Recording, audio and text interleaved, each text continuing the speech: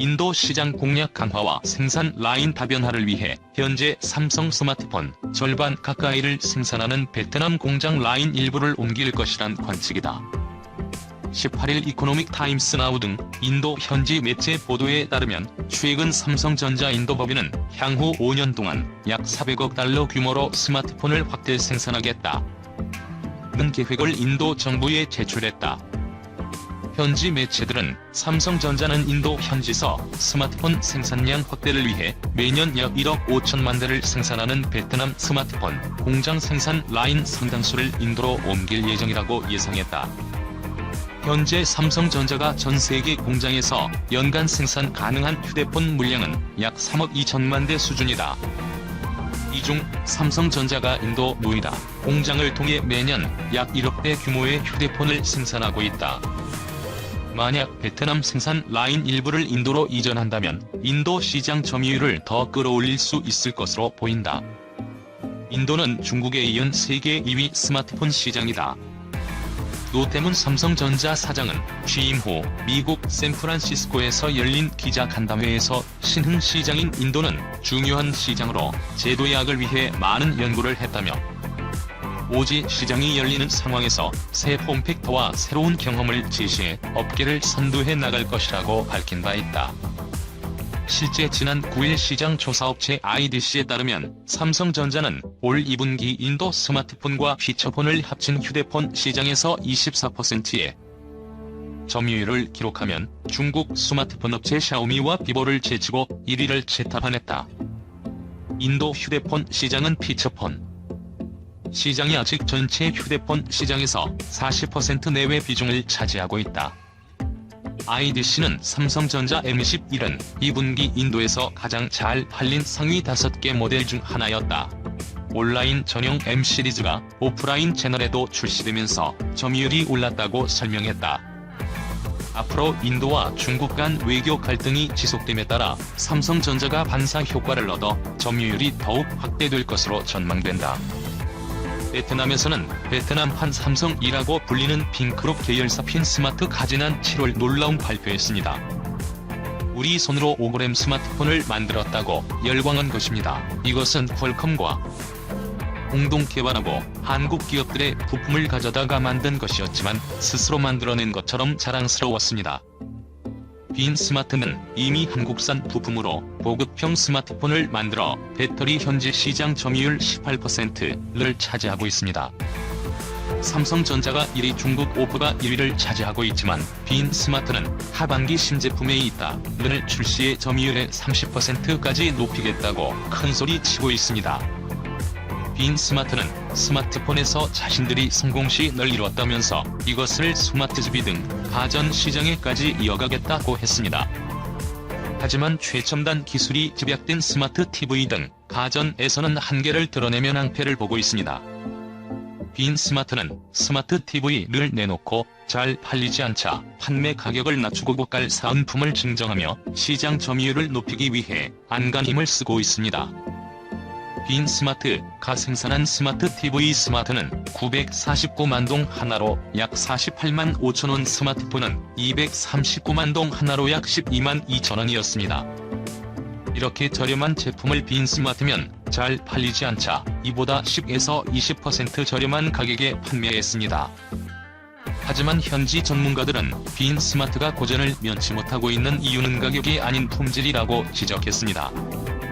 베트남의 스마트TV는 해상도, 색재, 악력 등을 비롯해 제품 디자인과 향 효과 등에서 떨어진다는 것입니다. 특히 삼성전자 인피니트 스크랩의 경우 화면 테두리 두께는 2.3mm로 전면적 99%가 화면이었지만 빈스마트가 생산하는 스마트TV는 TV 두께만 봐도 삼성 1의 2제 비해 2배 이상 이뻤습니다. 하노이 거전은 응행 동안 잉크는 비슷한 가격대에도 빈스마트보다 더 높은 품질의 브랜드가 많다며 굳이 비싼 가정에 대해서 모험을 하고 싶지 않다고 밝혔습니다. 매트한 TV 시장 점유율은 2019년 말 기준 1위 삼성이 17.2%, 2 LG 23.3%, 4 미소니 12.7%였습니다. 베트남에선 최근 현대자동차의 질주가 이어지고 있습니다.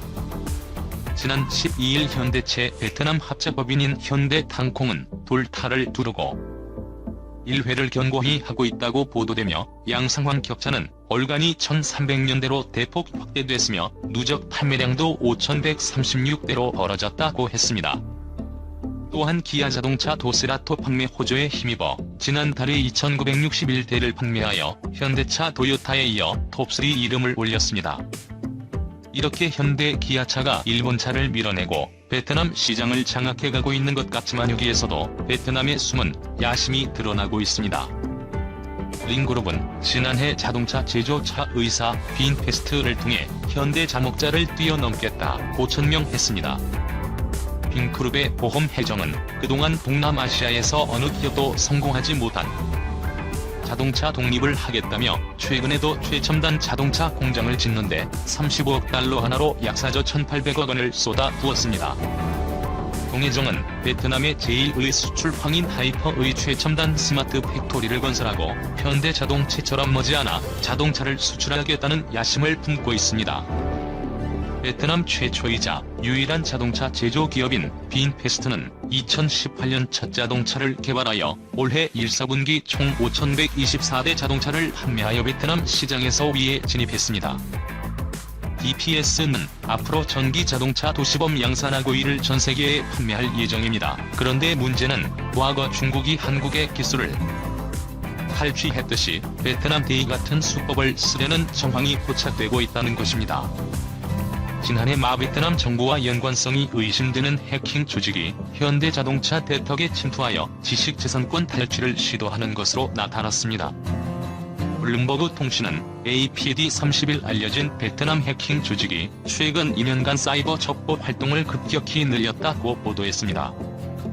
이들의 힘 타깃은 글로벌 자동차 산업으로 현대차를 가정은 도메인은 개설의 네트워크에 침투하려고 시도했습니다.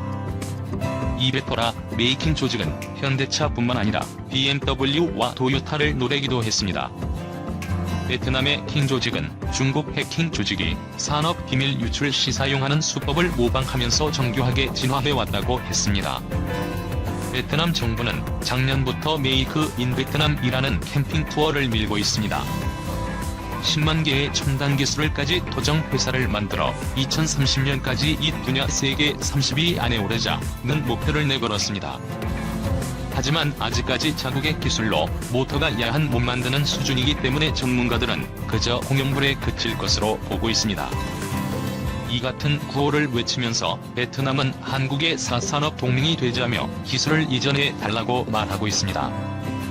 많은 전문가들은 중국처럼 베트남도 견제한다는 목소리를 점점 크게 내고 있습니다. 앞으로 한국의 기술 이용이 중국처럼 자국의 제품을 만들어 나중에 우리를 위협할 것이라는 것입니다. 삼성전자가 일부 공장을 인도로 옮기려는 움직임도 베트남에 대한 견제 시작으로 보고 있습니다. 일본 제약업체 아스카, 핫다이 제약 JSC 지분 24.9% 인수. 스카는 주식을 취득하기 위한 이사회 결의에 근거하여 오늘 하타파르와 주식 할당에 서명했다. 아스카는 1920년 설립된 이후 내과, 산부인과, 비뇨기과 등의 분야에서 전문 제약회사로 국내 사업을 확장해왔다. 또한 국제사업부는 해외 사업을 통한 기업의 지속 가능한 성장과 발전을 도모하기 위한 목적으로 2020년 4월 설립되었으며 최근 본격적인 활동에 들어갔다. 아스카는 꾸준한 경제 성장을 보여온 동남아의 사업 입지를 구축하고 이를 국제 비즈니스 확장의 발판으로 삼기 위해 2019년 매출 기준으로 베트남 1위 제약사로 선정된 하타파로 지분 24.9%를 취득했다. 아스카는 이번 거래를 통해 하타파르의 상업 구조와 자체 제약 개발 및 제조기술 역량이 시너지를 낼 수 있을 것으로 보고 있다. 자, 오늘은 정말 뻔뻔한 일본에 대해서 이야기해 보려고 합니다. 일본의 무개념 행동이 지속되고 한국 법원이 일본 전범기업을 대상으로 한 압류 결정문에 공시송달을 결정하면서 한일 관계에 엄청난 파장을 몰고 올 전범기업 자산 현금화가 본격화되는 분위기입니다. 대구지법 포항지원은 지난 1일 포스코와 일본제철, 옛 신일철주금, PNR이라고 불리죠. 이 합작사인 PNR에 대한 압류 명령 결정 등의 공시송달을 결정했는데요. 우선 이 공시송달이 굉장히 난해한 단어이실 수 있는데, 공시송달은 주로 당사자 주소 등을 알 수 없거나 송달이 불가능할 경우 서류를 법원에 보관하면서 사유를 게시판에 공고해 내용이 당사자에게 전달된 것으로 간주하는 제도입니다. 그리고 일본 전범기업의 국내 자산 압류에 대한 이 공시송달을 결정한 것은 이번이 실제로 처음이고요. 민사집행법 등에 따라 법원의 이번 주식 압류 명령 결정은 공시송달 실시 2개월 뒤인 오늘부터 2개월 뒤인 오는 8월 4일 송달 효력이 실제로 발생하게 됩니다. 이때부터 일본 제철이 소유한 이 PNR 주식을 강제로 매각해 현금화하라고 명령할 수 있게 된다는 의미이고요. 이 압류 사건은 2018년 10월 이 대법원 전원 합의체에서 신일철주금이 피해자들에게 각각 1억 원을 배상하라는 확정 판결을 받은 원고 측에서 제기한 것으로 법원은 올해 1월과 3월 두 차례에 걸쳐 PNR의 주식 19만 4,794주를 압류했습니다. 결국 이렇게 현금화가 이루어지면 이미 경색될 대로 경색된 한일 관계는 더욱 경랑에 휩싸이게 되는 것이죠. 현재 우리나라 측의 이런 강력한 태도에 대해 이러지도 저러지도 못하던 일본이 드디어 입을 열었습니다. 특히 한국에 대해 조치할 수 있는 모든 조치를 취하겠다라고 엄포를 내놓고 있는데요. 일본은 현금화 실행 시 강력히 대응할 것임을 예고하고 있습니다. 우선 일본 정부 대변인인 이 스가 요시히데 관방장관은 4일 회견에서 현금화 문제와 관련해서 일본 기업의 경제활동을 보호한다는 관점에서도 모든 선택지를 녹시야에 넣고 계속 의연하게 대응하고 싶다라고 말하고 있고, 모테기 도시마스 이 일본 외무상도 전날 우리나라 강경화 외교부 장관과의 이 전화통화에서 현금화는 심각한 상황을 초래하므로 피해야 한다라는 뜻을 밝히고 있는데요. 우선 일본 정부에서 정확하게 한 발표는 아니지만 일본 언론 등을 통해 우선 한국산 제품 관세 인상 등의 조치가 있을 수 있다고 보도하고 있습니다. 우리나라의 반응을 보는 것이죠. 한일 관계가 원만한 상태이면 좋겠지만 이미 나빠질 대로 나빠진 상황입니다. 그나마 코로나 때문에 별로 언쟁도 안 하고 평행선을 이어갈 수 있었던 것인데, 우리나라가 일본이 예상한 것보다 강력한 태도를 갑자기 보이니 일본도 분명 긴장하고 있는 것이죠. 특히 양측의 입장이 팽팽하게 맞서고 있어서 이 좋아질 거라는 전망이 전혀 사실상 없습니다. 우선 일본이 주장하는 바에 의하면 강제징용 배상 문제는 1965년 한일 청구권 협정으로 해결이 이미 끝났으며, 따라서 대법원의 일본 기업에 대한 징용 배상 판결은 청구권 협정에 위배되며 곧 국제법 위반이라는 게 일본 정부의 어이없는 주장이고요. 하지만 우리나라의 피해자들에 대한 입장은 전혀 다르죠. 한국 대법원은 청구권 협정으로 개인의 청구권까지 소멸한 것은 아니라고 강조하고 있는 상황이고요. 이런 기본 인식하에 한국은 사법부 판결이 존중돼야 한다고, 그리고 일본은 일본 기업에 피해가 가서는 안 된다면서 팽팽하게 맞서고 있기 때문에 양국이 사실 모두 만족할 만한 해법을 찾기가 쉽지 않습니다. 특히 일본은 우리나라와 또 전혀 다른 모습을 보여주고 있죠. 우리나라는 일본의 수출 규제 이후 문희상 의장 등이 지속적으로 일본 수뇌부를 찾았고, 한국이 지난해 6월 이른바 1+1 한일 기업의 자발적 참여로 위자료 지급안을 제안했지만 일본이 이를 거부한 뒤 이렇다 할 대안도 전혀 제시되지 않고 있는 상태입니다. 특히 요즘에는 한일 양국이 모두 신종 코로나 바이러스 감염증 확산에 대응하느라 이 강제징용 해법 찾기를 사실상 중단한 분위기이기도 하고요. 더구나 최근 일본이 수출 규제 조치를 취소하지 않으면서 갈등이 고조되고 있는 양상이죠. 일본이 수출 규제 철회에 미온적으로 나오자 정부는 지난 2일 세계무역기구죠. WTO 제소 재개로 맞서겠다고 발표를 했죠. 뿐만이 아닙니다. 물론 미국의 눈치를 크게 봐야 하는 카드일 수는 있지만 정부는 지난해 꺼냈던 이 한일 군사정보보호협정, 즉 지소미아 종료 카드를 다시 검토할 수도 있다는 입장이고요. 물론 이런 법원의 공시송달 효력이 발생하는 8월 4일이 지난 뒤 우리나라가 곧바로 현금화 작업에 착수할지는 불투명한 것이 사실입니다만 뒤돌아보고 이렇게 우리가 생각을 해보면 여러분들도 아시죠? 어차피 한일 관계 더 이상 나빠질 일도 없습니다. 이미 서로 정치 경제적으로 치고받고 싸우고 있고 일본은 특히나 우리나라를 실은 티를 최근 G7에서 G11, G10으로 리더국들을 확대하는 데에 있어서도 러시아까지 들먹이며 반대를 할 정도로 경계를 하고 있습니다. 그리고 솔직히 일본이 내놓은 패를 확인해봤자 자기 소재 회사들 이익 급감해버리면서 역풍 맞을 일 밖에 없고요. 그리고 이미 맞고 있고요.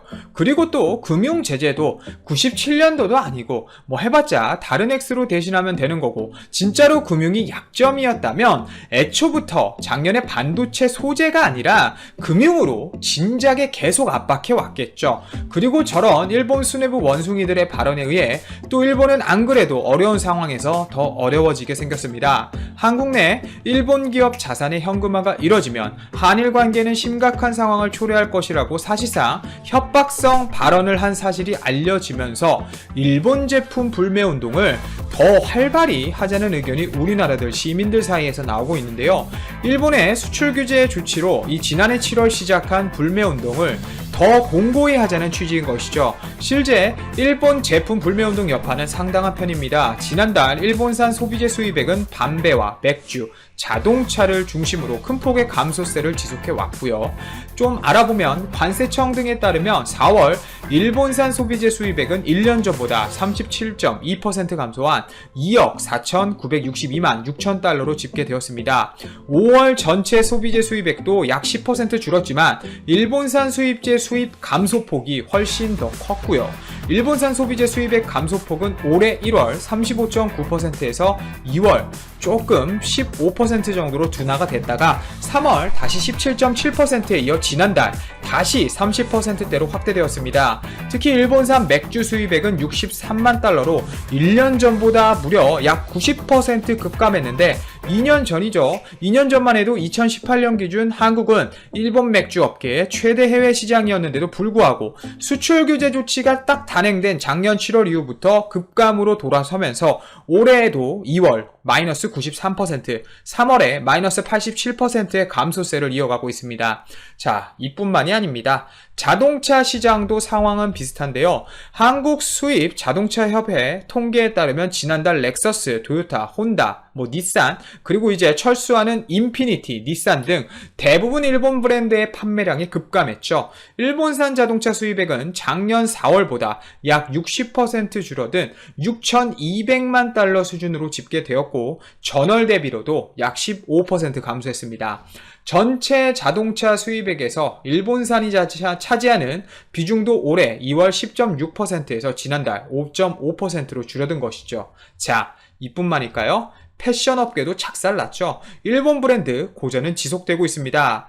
유니클로가 빼놓았던 이 저가 브랜드 GU는 오는 8월께 국내 오프라인 시장에서 완전히 철수하기로 결정했죠. 유니클로와 GU를 운영하는 이 FRL 코리아에 따르면 GU 온라인 스토어 또한 7월 말까지 운영하기 때문에 이 사실상 GU라는 브랜드는 퇴출당한 것과 다름이 없습니다. 엄청난 성과라고 볼 수 있겠고요. 일본 생활용품 브랜드 무인양품 또한 지난해 무려 71억 원의 영업 손실을 기록했고 스포츠 브랜드 데상트 코리아도 불매운동의 여파를 맞았죠. 작년 영업이익으로 89억 9,154만 원을 기록하는 데 그쳤습니다. 지난해 같은 기간과 비교해서 약 87% 감소한 수치이죠.